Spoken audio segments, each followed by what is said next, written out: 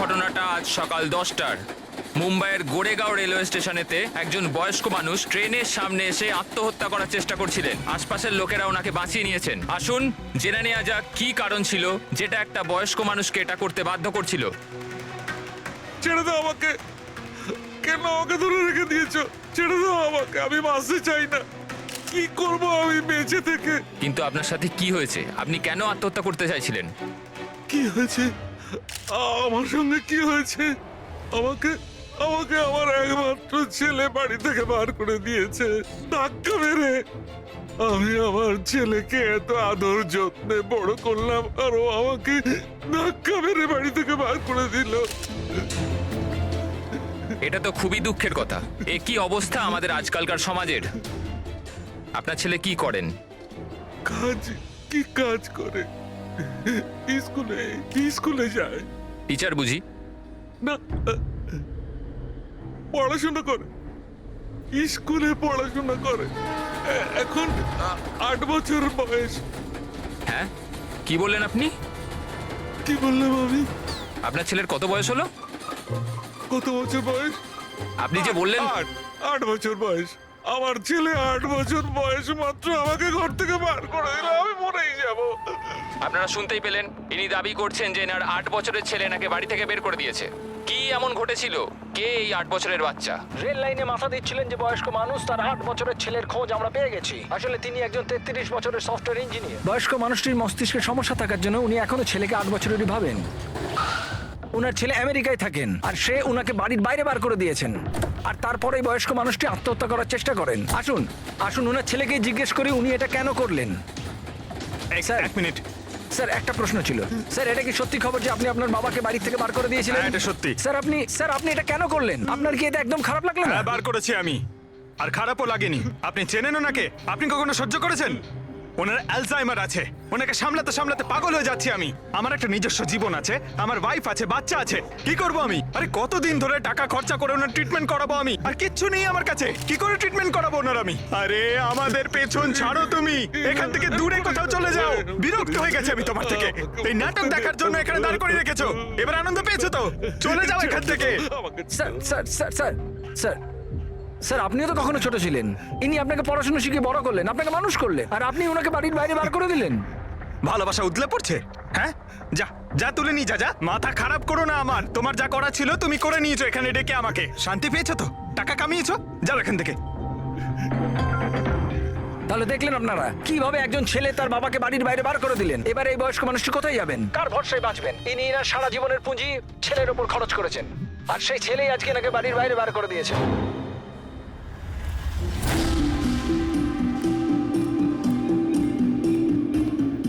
সুন্দর সুন্দর বেলুন আছে, বাড়ির বাচ্চাদের জন্য নিয়ে যান।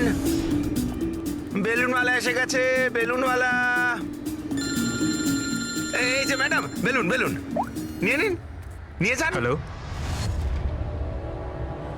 বেলুন বলবেন, বেলুনওয়ালা। বেলুন বেলুন নিয়ে যান, বেলুন। বেলুন নেবে নাকি বাবা? বেলুন নিয়ে যাও। নেবে বেলুন?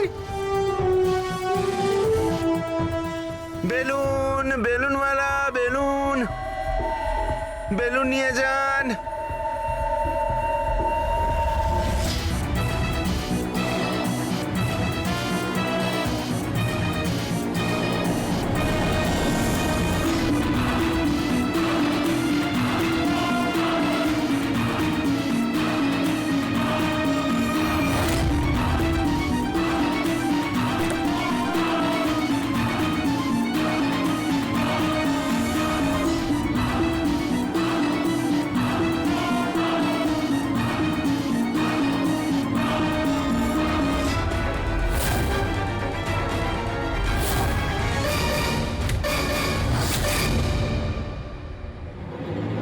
স্যার, স্যার একজন অন্ধ বিল্ডিং এর দিকে আসছে।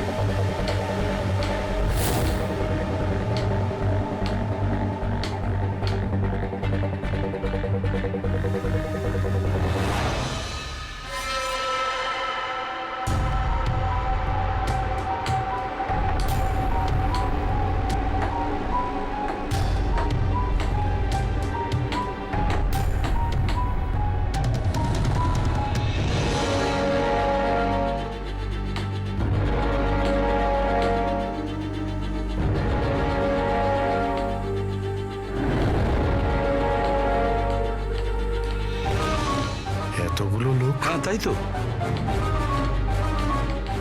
স্যার এতজন অন্ধ একসাথে? আমরা তো একজন ভেবেছিলাম, এখানে তো 8-10 জন বেরিয়ে গেছে। মনে হচ্ছে এটা ওদের চাল। আপনারা যাবেন কোথায়? এক মিনিট সবাই একসঙ্গে এখানে কি করে এলেন? আরে কি করছেন এখানে আপনারা? আরে সবাই একসঙ্গে কি হয়েছেটা কি? হ্যাঁ কি হয়েছে? এখানে চোখের ফ্রি চেকআপের ব্যবস্থা করা হয়েছে। সম্পদ বলল, মানে ওই আমাদের এখানে ডেকে এনেছে। দেখুন এখানে কোনো ক্যাম্প হচ্ছে না। আর আপনাদের এই খবরটা কে দিয়েছে বলুন তো? ওই তো ডেকেছিল আমাদের এখানে।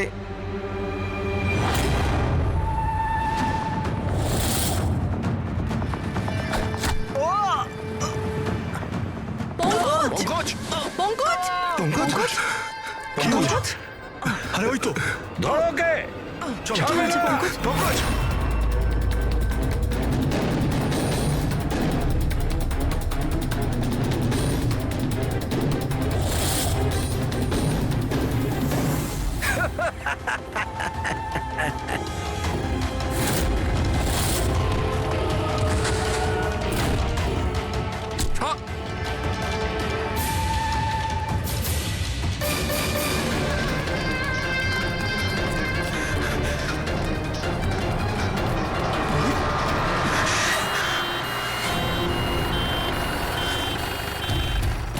এসো এসো, তাড়াতাড়ি এসো।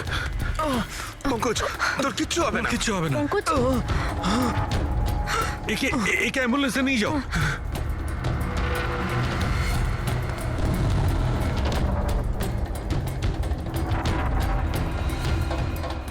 পঙ্কজ পঙ্কজ তোর কিচ্ছু হবে না। পঙ্কজ! সারিকা এ নাও, বিষটা জানার চেষ্টা করো। বিষের সন্ধান না পাওয়া গেলে আমরা অ্যান্টিডোট দিতে পারবো না। পঙ্কজ আমাদের কথা শুনতে পাচ্ছ? পঙ্কজ শুনতে পাচ্ছে না, ওকে ঘুমোতে দিও না। আই উইশ আমাদের কাছে অ্যান্টিডোজটা আছে, না হলে ওকে আমাদের হসপিটালে নিয়ে যেতে হবে। অ্যান্ড আই এম শিওর এই বিষটা আগের বিষটার থেকে অনেক বেশি সাংঘাতিক। সারিকা একটা কাজ করো, ন্যাশনাল বায়ো সেন্টারকে ফোন করো আর ফোনটা আমায় দাও।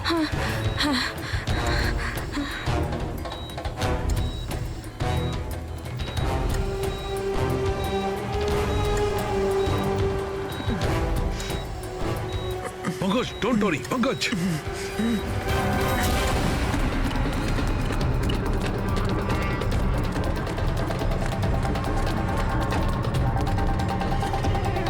স্যার, ও মাই গড, এটা হতে পারে না। বস, ওর তো বিষটাই পাল্টে দিয়েছে। কিন্তু স্যার আমাদের কাছে এতগুলো অ্যান্টিডোটস আছে, একটা তো অন্তত কাজ করবে। কোনো কাজ করবে না বস, এটা গাছের বিষই নয়, ও বিষটা পাল্টে দিয়েছে। এবার কি হবে সালুকে? কিছু একটা করো। পঙ্কজ, পঙ্কজ কিপ ব্রিদিং, সব ঠিক হয়ে যাবে। হ্যাঁ,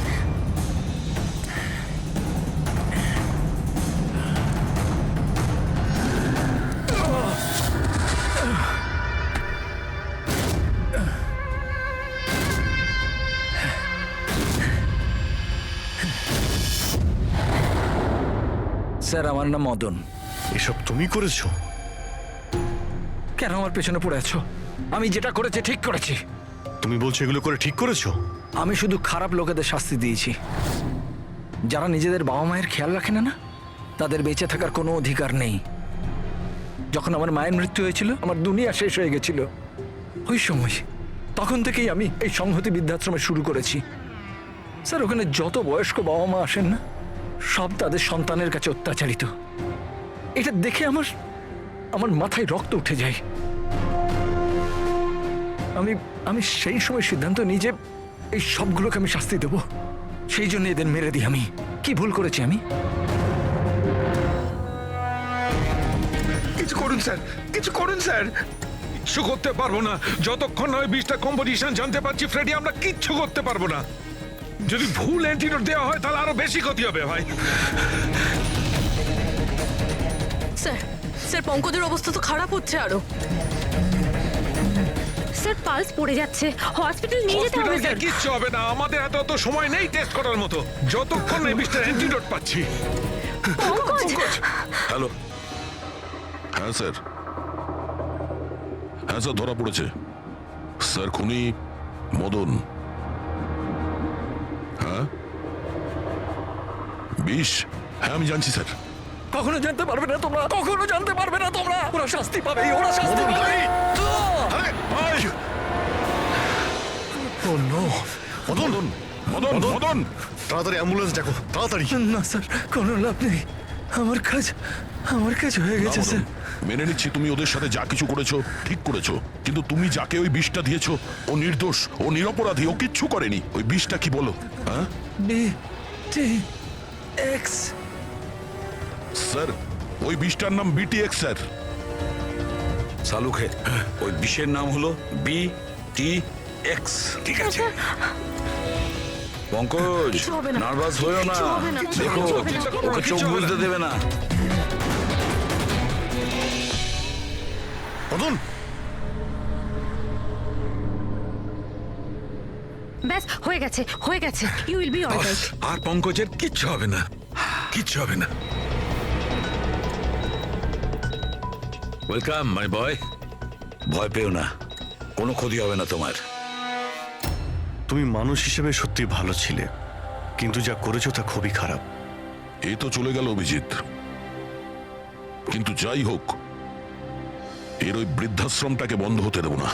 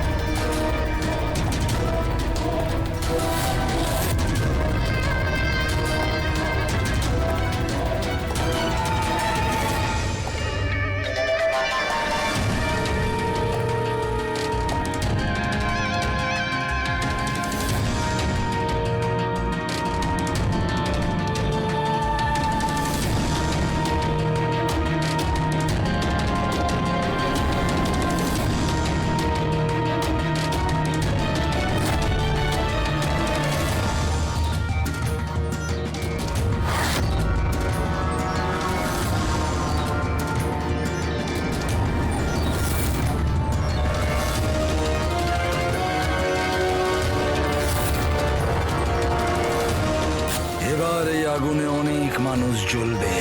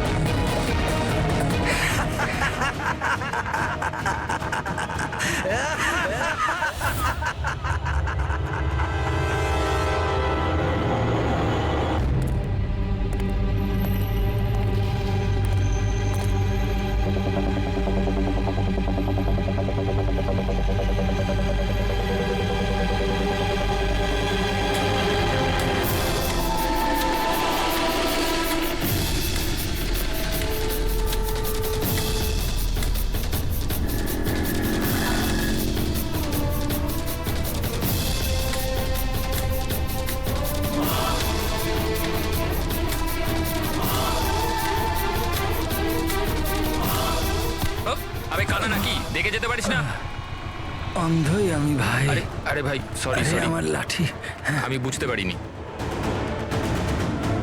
আপনার এইভাবে বাইরে বেরোনো উচিত নয়, আপনার আঘাত লেগে যেতে পারে তো। ক্ষমা করবেন, আমায় আর একটু সচেতন হতে হবে। ঠিক আছে ঠিক আছে, সাবধানে যাবেন। আগে আগে। আপনি যেতে পারবেন না, আমি ছেড়ে দিয়ে আসবো। না না, আমি চলে যাব। ঠিক আছে। Thank you.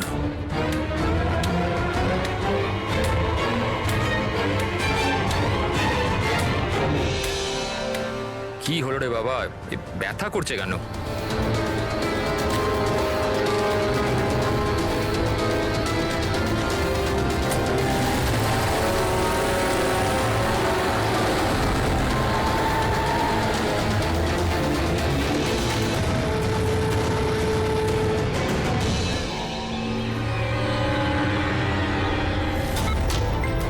কিছু হবে না তোমার। তুমি তুমি তুমি স্থির থাকো।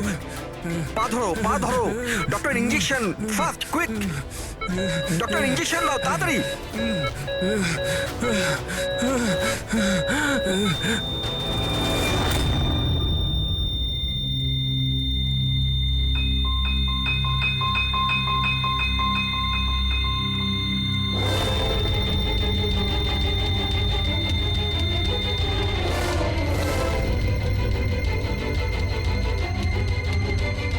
ও my god, he is dead.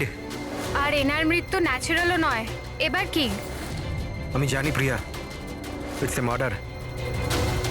আমি ডক্টর সালুখেকে এই কেসের ব্যাপারে সব কিছু বলে দিয়েছিলাম। এতক্ষণও তো উনি ফাইন্ড আউট করেই নিয়েছেন যে রমেনের মৃত্যুর প্রকৃত কারণ কি। বিষ? রমনের মৃত্যু বিষক্রিয়ায় হয়েছে? হ্যাঁ বস, খুব মারাত্মক বিষ। প্রথমে এটা মানুষের মস্তিষ্কে প্রভাব বিস্তার করে।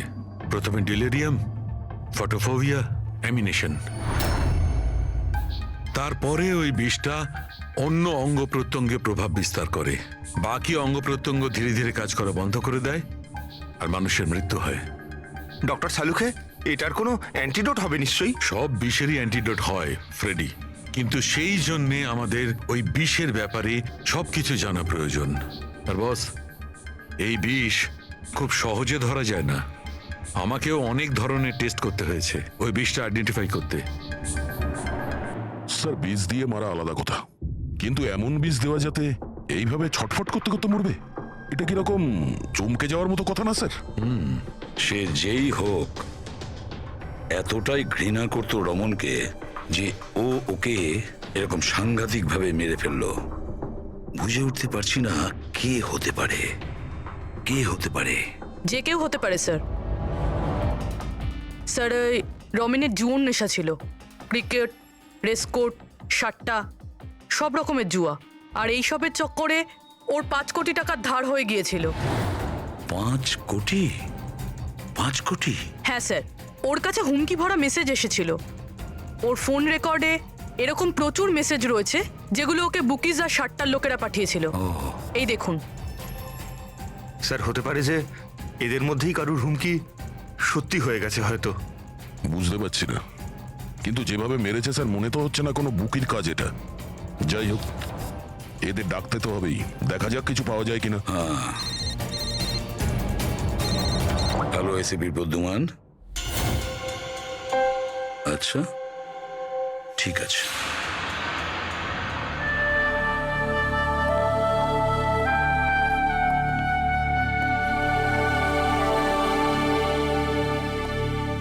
আপনি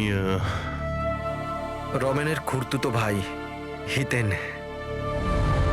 হিতেন, কেউ রমনকে খুন করে দিয়েছে। কি মনে হচ্ছে আপনার, কে করেছে? আমি জানি না স্যার। স্যার, খারাপ কাজের খারাপ পরিণাম। একদিন না একদিন তো এটা হতোই। এবার কে করলো, কিভাবে করলো সেটা তো জানি না স্যার, কিন্তু এতজনের সাথে শত্রুতা, এত টাকা ধার, ওদের মধ্যে কেউই হয়তো। স্যার, আচ্ছা, আপনি ছাড়া পরিবারে আর এর কে আছে? মা আছে ওর, কিন্তু এখন উনি কোথায় আছেন সেটা আমি জানি না। আচ্ছা ঠিক আছে, আমাদের ইনভেস্টিগেশন এখনো চলছে, তো বডিটা এখন আমাদের কাছেই থাকবে। আপনি আপনার নাম্বারটা ওখানে লিখিয়ে দিয়ে যান, প্রয়োজন পড়লে আপনাকে কল করে নেব। ঠিক আছে স্যার। Thank you.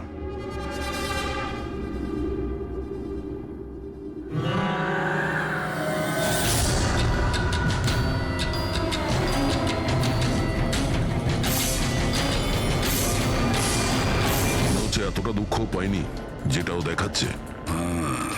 বডি নেওয়ার কোনো তাড়াও নেই, যেতে বলার সঙ্গে সঙ্গে চলেও গেল। কিছু জিজ্ঞাসাও করলো না কবে বডি পাওয়া যাবে। গোলমাল আছে এই হিতেনের মধ্যে, গোলমাল আছে। ওকে দেখে মনে হয় এই কথাটা কনফার্ম করতে যে রমন মারা গেছে কি না। নজর রাখো ওর ওপরে। রমেন, বাবা, সাবধানে সাবধানে। রমেন কি হলো বাবা? রমেন, ম্যাম, আপনি আমার ছেলে রমেনের কি হলো স্যার? কি হলো বাবা? কি হলো? আমি তো তোর অপেক্ষায় ছিলাম যে তুই আসবি আর আমাকে বাড়ি নিয়ে যাবি, কিন্তু তুই এত দূরে চলে গেলি বাবা। আপনি আপনার ছেলে রমনের সাথে থাকতেন না? আগে না স্যার, আপনি স্যার আমার নাম মদন। ভগবান, আমাকে কেন রেখে দিলে? আমাকেও তো নিয়ে নিতে পারতে। মা, নিজেকে সামলাও। আর কত কাঁদবে ওই মূর্খটার জন্যে? ও নিজের কর্মের ফল পেয়েছে। না বাবা, এরম বলো না। ও যেমনই ছিল, ছেলে তো ছিল আমার।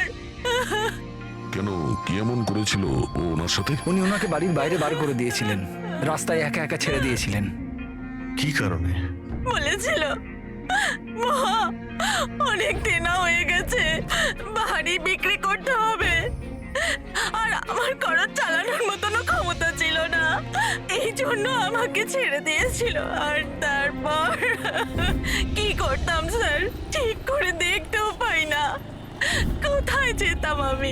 ওই জন্য পড়ে রইলাম ফুটপাতে, ক্ষুধার্ত, তৃষ্ণার্ত, সহায়হীন হয়ে। হয়তো ভগবানের দয়া হয়ে গেছিল, তাই সে দেবদূত পাঠিয়ে দিয়েছিল। তার চেহারা তো দেখতে পাইনি আমি, কিন্তু সে আমায় তার সাথে যেতে বলেছিল, আর আমি তার সাথে চলে গেলাম। একটা ভালো মানুষ আমাকে এর কাছে নিয়ে গেছিল। স্যার, অ্যাকচুয়ালি আমার একটা সংস্থা আছে, সংহতি বৃদ্ধাশ্রম। আমরা ওখানে চেষ্টা করি যে এই ধরনের বয়স্কদের বাড়ির মতো ভালোবাসার সম্মান দেওয়া যায়। ওনাকে আমি বৃদ্ধাশ্রমের গেটে পেয়েছিলাম একটা চিঠি হাতে, যাতে লেখা ছিল ওনার যত্ন নেওয়ার কথা। আর ওই দিন থেকেই সংহতি বৃদ্ধাশ্রম ওনার বাড়ি হয়ে গেছে। আজ সকালে ল্যান্ডলাইনে ফোন এলো যে ওনার ছেলের মৃত্যু হয়ে গেছে। ব্যাস, উনি তখন থেকেই কাঁদছেন। আসলে মা তো। আমি আপনাদের কাছে অনুরোধ করছি, এর হত্যাকারীকে ছাড়বেন না স্যার, অবশ্যই শাস্তি দেবেন স্যার, অবশ্যই শাস্তি দেবেন। দেখুন ম্যাম, আমি আপনাকে কথা দিচ্ছি, আমরা রমনের খুনিকে ছাড়বো না, তাকে কঠোর থেকে কঠোরতম শাস্তি দেব। আপনি প্লিজ এ ব্যাপারে ভাববেন না। আপনি নিজেকে সামলে নিন।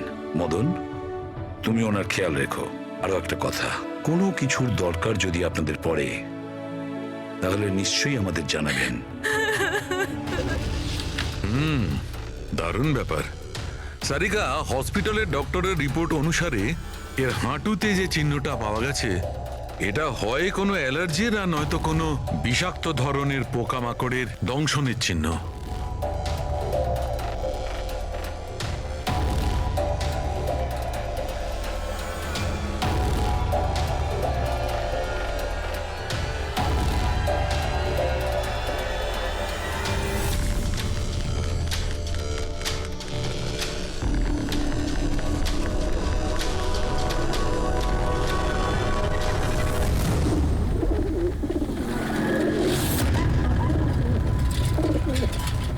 স্যার, এই হিতেনের হাবভাব কিন্তু ভালো ঠেকছে না। এমন এমন সব লোকজনের সঙ্গে ওর পরিচয় আছে যে ওকে সন্দেহ করাটা স্বাভাবিক। আরও একটা কথা স্যার, কয়েকদিন আগে এই রামানকে বাড়ি থেকে বের করে দিয়েছিল, আর এখন রামানের মৃত্যুর পর ও ওর প্রপার্টিতে কবজা করার চেষ্টা করছে স্যার। এক মিনিট, এদিকে আসবেন প্লিজ। স্যার, আমি ওর স্কিনে না কিছু অদ্ভুত জিনিস দেখছি।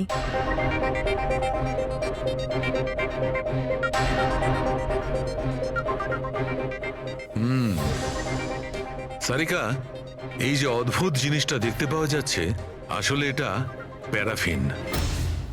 প্যারাফিন?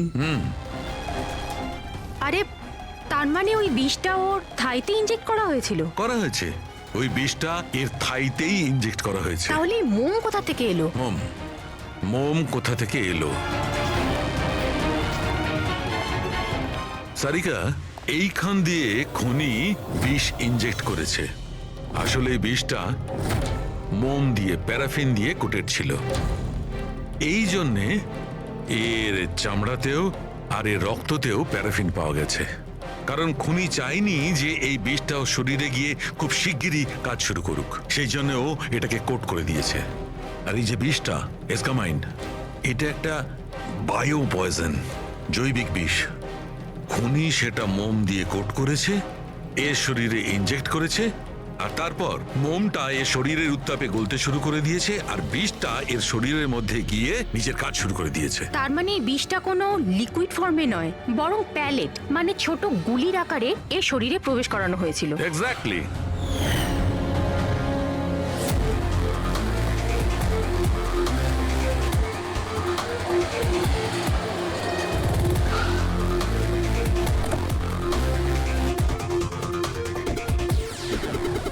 এই হলো সেই কনস্ট্রাকশন সাইট যেখানে রমন ইঞ্জিনিয়ার ছিল। ওর কলিগেরা বলছিল যে এখান থেকে বেরোনোর পরে ওর পায়ে একটু সমস্যা হয়েছিল। কিন্তু এখানে যে সমস্ত ওয়ার্কার্সরা কাজ করে ওরা বলল যে যতক্ষণ কনস্ট্রাকশন সাইটে ছিল ততক্ষণও ঠিক ছিল। তার মানে যা কিছু ঘটেছে কনস্ট্রাকশন সাইট থেকে বেরিয়ে এসে ঘটেছে, তার মানে এখানেই হয়েছে। এখানে তো আশপাশটা খুঁজে দেখি যদি কেউ কিছু দেখে থাকে। স্যার আপনারা যান, আমি একটু চা খেয়ে আসছি। মানে ওই চাওয়ালাকে জিজ্ঞেস করে আসছি যে কিছু দেখেছে কিনা। অভিজিৎ, এই বাচ্চাটা কনস্ট্রাকশন সাইটের সামনে কাগজ বেচছে, ওকে কিছু জিজ্ঞাসা করি।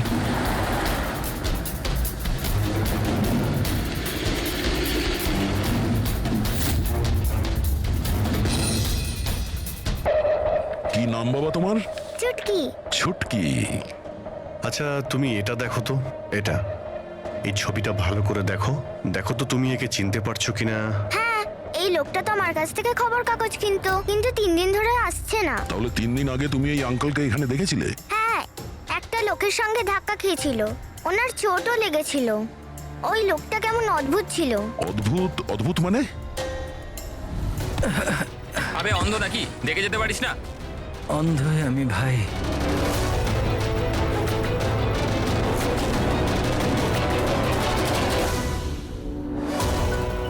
এ কি হলো ভাই, এত ব্যথা হচ্ছে কেন?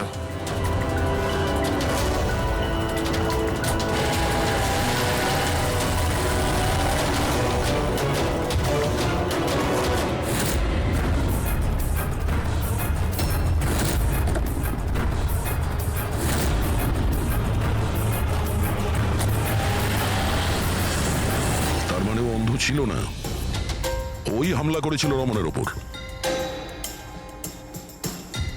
আচ্ছা এটা বলো তো যে ওই আঙ্কেলকে তুমি চিনতে পারবে? তুমি কি ওকে ঠিক করে দেখেছিলে? না। আচ্ছা ওই গাড়ির নাম্বারটা মনে আছে? না আঙ্কেল, ওই আঙ্কেলকে গাড়ি চালাতে দেখে আমি অবাক হয়ে গেছিলাম, এই জন্য গাড়ির নাম্বার মনে নেই। কিন্তু কি হয়েছে আঙ্কেল? ইঞ্জিনিয়ার আঙ্কেল ঠিক আছে তো? না বাবু, ওর কিছু হয়নি, ও অন্য কোনো কনস্ট্রাকশন সাইটে চলে গেছে, এখনো এখানে আসবে না। Thank you. হ্যাঁ তুমি এখন নিউজ পেপার বিক্রি করছো, তুমি স্কুলে যাবে না?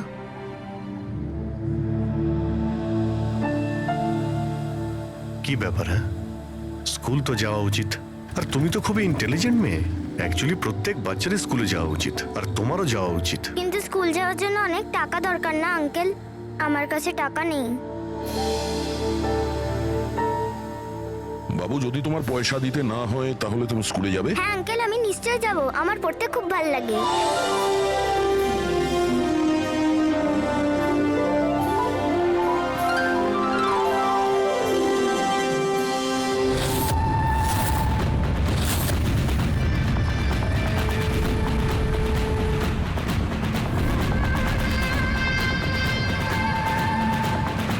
সমীর, এবার তোমার পালা। হ্যাঁ বলো। ভাই তুমি একবারে বুঝতে পারো না নাকি? দেখো, আমি তোমায় আগেই বলেছি, তুমি যা খুশি করো, আমি ওই ফালতু জায়গার জন্য একটা টাকাও খরচ করব না।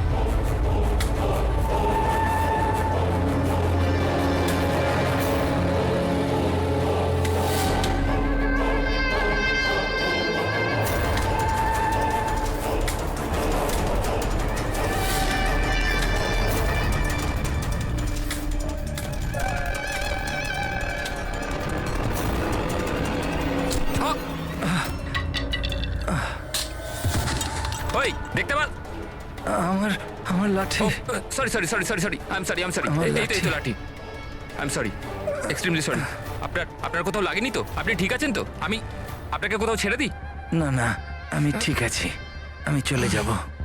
আপনি আপনি ঠিক আছেন তো? হ্যাঁ, আমি আমি আমি আমি ঠিক আছি। আপনি সাবধানে যাবেন। হ্যাঁ, ঠিক আছে, আপনি সাবধানে যাবেন। ওকে, থ্যাংক ইউ।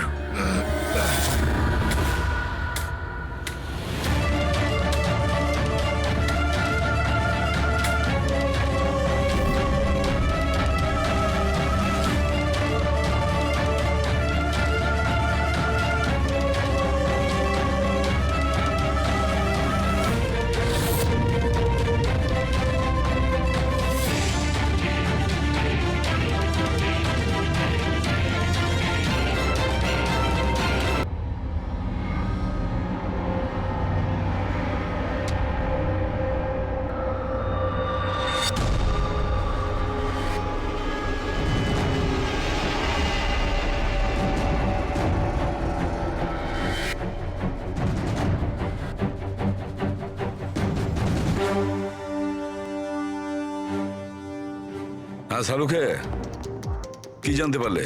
বস, এই লোকটাকে যে বিষটা দেওয়া হয়েছে সেটাও কোনো গাছ থেকেই তৈরি করা হয়েছে। কি এটাও কোনো গাছ থেকে? হ্যাঁ বস, কিন্তু এটা কি ধরনের বিষ সেটা সারিকা এক্ষুনি জেনে যাবে। এই বিষটার নাম রিকিউনিস কমিউনিস, আর এই বিষটা আগের বিষটার থেকেও অনেক বেশি বিষাক্ত আর ভয়ঙ্কর। রিকিনেস, এটা কোনো গাছের নাম নাকি? হ্যাঁ ফ্রেডি, এটা একটা গাছের নাম। আর বস, এটা কোনো সাধারণ গাছ নয়, সহজে পাওয়া যায় না। আর খুনি যে কেউ হোক, বস ওর গাছপালা সম্পর্কে খুব ভালো জ্ঞান আছে। হ্যাঁ হ্যাঁ, সেটাই তো হওয়ার কথা এই গাছের ব্যাপারে। তাই তো। কিন্তু স্যার, এই খুনটার কারণ কি হতে পারে? আমরা তো রামানের খুনের কারণ জানি না, সমীরেরও না, আর দূর দূর পর্যন্ত এদের নিজেদের মধ্যে কোনো সম্পর্কও ছিল না। স্যার, সমীর আর রমনের মধ্যে একটা জিনিস তো খুবই কমন। কি? মাই গড, তাহলে এটাই সেই সূত্র যেটা সমীর আর রমনকে যুক্ত করে? তাহলে কি দুজনে একই ভুল করেছে? হ্যাঁ স্যার, রমনের মতো সমীরও তার বুড়ো ক্যান্সার আক্রান্ত বাবাকে বাড়ি থেকে বের করে দিয়েছিল। ওদের ব্যাপারে জিজ্ঞাসাবাদ করতে গিয়ে আমাদের এমন একজনের সঙ্গে আলাপ হয়, যিনি সমীরের বাবাকে খুঁজতে সাহায্য করলেন আর এই কেসটার একটা দিকও খুলে দিলেন। সে কে? স্যার, ইনি doctor Dinesh. Hello sir. Cancer সেন্টারের এইচওটি। সমীরের বাবার চিকিৎসা উনিই করছিলেন। ডক্টর দীনেশ, একটা কথা আমাকে বোঝান। সমীর যখন তার বাবাকে বাড়ি থেকে বের করে দেয়, তাহলে সমীরের বাবা, মানে বলতে চাইছি সমীরের বাবা আপনার ওখানে কিভাবে পৌঁছলো ক্যান্সার সেন্টারে? কেউ ওনাকে হাসপাতাল পৌঁছে দিয়েছিলেন। আমি হাসপাতাল পৌঁছেছিলাম যখন আমি ওনাকে দেখলাম একটা চেয়ারে বসে কিছু বিড়বিড় করছিলেন, হাতে একটা খাম ছিল। আমি জিজ্ঞেস করলাম, আপনি কে? কিন্তু উনি কিছু মনে করতে পারলেন না। আমি ওনার হাত থেকে খামটা নিলাম। টাকা ছাড়াও একটা চিঠিও ছিল, তাতে লেখা ছিল উনি ক্যান্সারের পেশেন্ট, আর আমরা যাতে ওনাকে এখানে ভর্তি করিয়ে চিকিৎসা শুরু করি। অ্যাডমিশনের জন্য যে টাকাটা লাগবে সেটা খামের মধ্যে আছে, আর চিকিৎসার যা খরচ সেটা হাসপাতালের অ্যাকাউন্টে ট্রান্সফার হয়ে যাবে। ওনার বয়স আর অবস্থা দেখে আমি ওনাকে অ্যাডমিট তো করে নিলাম, কিন্তু আমি চিন্তায় ছিলাম যদি টাকাটা না পাওয়া যায়। কিন্তু ভগবানের অনেক কৃপা, পরের দিনই চিকিৎসার সমস্ত টাকা 10 লাখ টাকা হাসপাতালের অ্যাকাউন্টে ট্রান্সফার হয়ে গেছিল। 10 লাখ টাকা? কে কি ট্রান্সফার করেছে? স্যার 100% খুনই করেছে। স্যার, ব্যাংক ডিটেলস থেকে জানতে পারবো? জানতে পারা গেছে অ্যাকচুয়ালি টাকাটা সমীরের ওয়াইফ রত্না দিয়েছিল। এইসব আমার ভুল স্যার। আমার জন্য সমীরের প্রাণ চলে গেল। আমি ওকে বলেছিলাম বাবার দেখাশোনার জন্য খুব প্রবলেম হচ্ছিল, আর সব সম্পত্তি আর সব আমাদের নামে হয়ে গিয়েছিল। তাই আমি সমীরকে বলে বাবাকে বাড়ি থেকে বের করে দিয়েছি। লজ্জা হয় না তোমার? সমীরের বাবা তোমারও বাবার মতনই, তাকেই বাড়ি থেকে বের করে দিলে। তাহলে এসব করার পরেও ওনার ট্রিটমেন্টের জন্য 10 লাখ টাকা কেন দিলেন? আমাকে কেউ হুমকি দিয়েছিল স্যার, যে বাবার চিকিৎসার জন্য 10 লাখ টাকা না দিলে ও সমীরকে আর আমাকে মেরে দেবে। স্যার, আমি ওনাদের 10 লাখ টাকা দিয়ে দিয়েছি, তাও ওরা সমীরকে মেরে ফেললো। আর আর এখনো বলেছে যে প্রতি মাসে বাবার চিকিৎসার জন্য 50,000 টাকা না দিলে ও আমাকেও মেরে ফেলবে। কারোর উপর সন্দেহ আছে তোমার? না। ওর ব্যাপারে কিছু মনে আছে? ওর গলার স্বর, কথা বলার ধরন? কিচ্ছু মনে নেই স্যার, প্লিজ আমাকে বাঁচিয়ে নিন স্যার। আমি মরতে চাই না স্যার, আমি বাবাকে বাড়ি নিয়ে আসবো।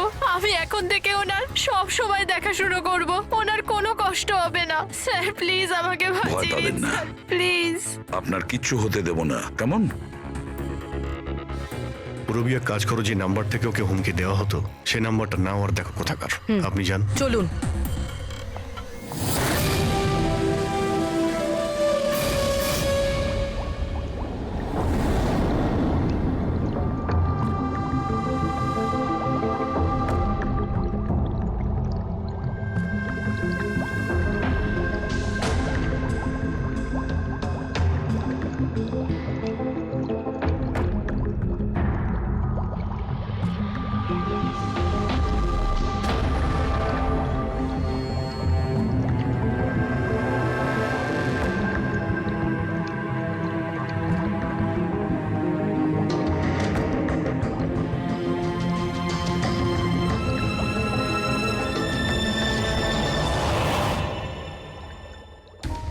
স্যার, আমরা এতগুলো অ্যান্টিডোটস বানিয়েছি, কিন্তু এটার কি নিশ্চয়তা আছে যে খুনি এর মধ্যেই কোনো একটা বিষ ব্যবহার করবে? এবার আর যাই করি, আমরা খুনির মাথার ভেতরে তো আর ঢুকতে পারবো না। তোমার কথাটা একদম ঠিকই সারিকা, কিন্তু একটা কথা ভাবো, খুনি এই গাছগুলো থেকে বিষ বার করে ব্যবহার করছে। এই গাছগুলো থেকে আগেরটা থেকে আরো বেশি বিষাক্ত প্রত্যেকবার। আমাদের সব সময় প্রস্তুত থাকতে হবে। জানি না পরের বার কোন ধরনের গাছের বিষ কাকে প্রয়োগ করবে, জানি না কার ওপর, কবে, কখন, কোথায়, কোন ধরনের গাছের জানা নেই।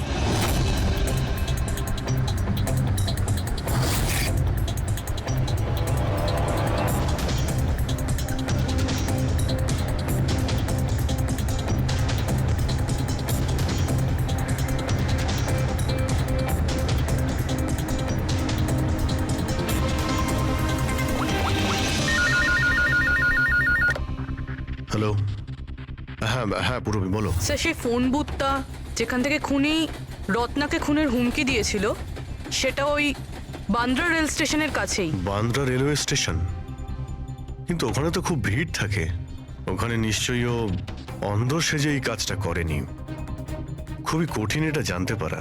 স্যার, কেউ কিছু জানে না সেটা ঠিক, কিন্তু একটা বিশেষ ব্যাপার হলো সেটা এই ফোনগুলো সকাল 11টা থেকে 12টার মধ্যে করা হয়েছে। আর রেলওয়ে স্টেশনের কাছে একটা বাস স্ট্যান্ডও আছে, যেখান থেকে পুনেতে বাস যায়। পাশেই বাস স্ট্যান্ড আছে, মানে ও ট্রেনে করে যেতে পারে আর বাসে করেও। ঠিক আছে, কোনো ব্যাপার না, দেখছি। ভাইন্দার, তার মানে খুনি মুম্বাইতেই থাকে আর শুধুমাত্র সমীরকে খুন করার জন্যই পুনা গেছিল? তাহলে পুনাও ট্রেনে করে গেছিল, কিংবা বাসে, কিংবা কোনো প্রাইভেট গাড়ি, কিংবা তার নিজের গাড়িতে। সেটাই তো স্যার, খুনি এটা জানতো যে আমরা রত্নার কাছে পৌঁছবই, আর এই কলের ব্যাপারটাও আমরা জেনে যাব। সেই জন্যই ও আমাদের বিভ্রান্ত করছে, আমাদের সঙ্গে খেলতে চাইছে। হ্যাঁ, খেলাই খেলছে। কিন্তু স্যার, আমরা খুনি পর্যন্ত পৌঁছবো কি করে? আমাদের কাছে তো ওর বিরুদ্ধে কোনো ইনফরমেশনই নেই, আর আমরা এটাও জানি না যে ওর পরবর্তী শিকার কে হবে। পঙ্কজ, খুনি শিকারের কাছে পৌঁছানোর আগেই আমরা তার কাছে শিকার পৌঁছে দেব।